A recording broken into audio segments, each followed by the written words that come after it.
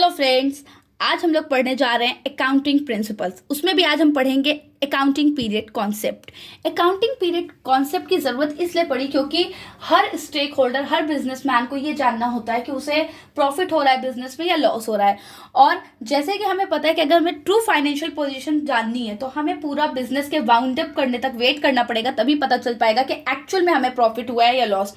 But इतना लंबा wait करेंगे तो हमें अगर कोई चेंजेस लाने होंगे तो हम कैसे लाएंगे। तो नॉर्मल सा क्या हुआ कि हम जो अकाउंटिंग कॉन्सेप्ट से वो लाए गए, तो उसमें ये हुआ कि बिजनेस को 12 पीरियड में, जो 12 मंथ्स पीरियड में हमने डिवाइड कर दिया।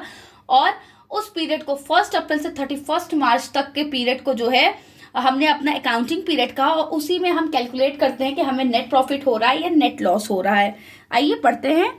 As the business is intended to continue indefinitely for a long period of time, the true result of the business operations can be ascertained only when the business is completely wound up। यानी जब business completely wound up होगा तभी हम जान पाएंगे कि हमारा जो है true result क्या रहा।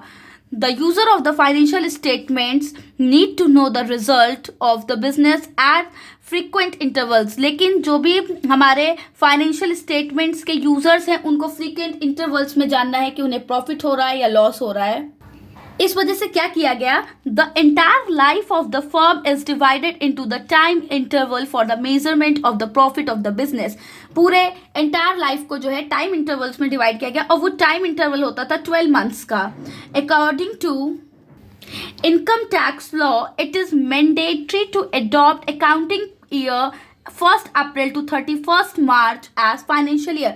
और आपके इनकम टैक्स लॉ के अकॉर्डिंग इस चीज़ को अब मैंडेटरी कर दिया गया है कि कोई भी जो बिजनेस है वो क्या करेगा, अपना अकाउंटिंग पीरियड 1 अप्रैल to 31 मार्च रखेगा। इससे क्या होता है कि लोग इजीली जो है अपने प्रॉफिट को कैलकुलेट कर सकते हैं।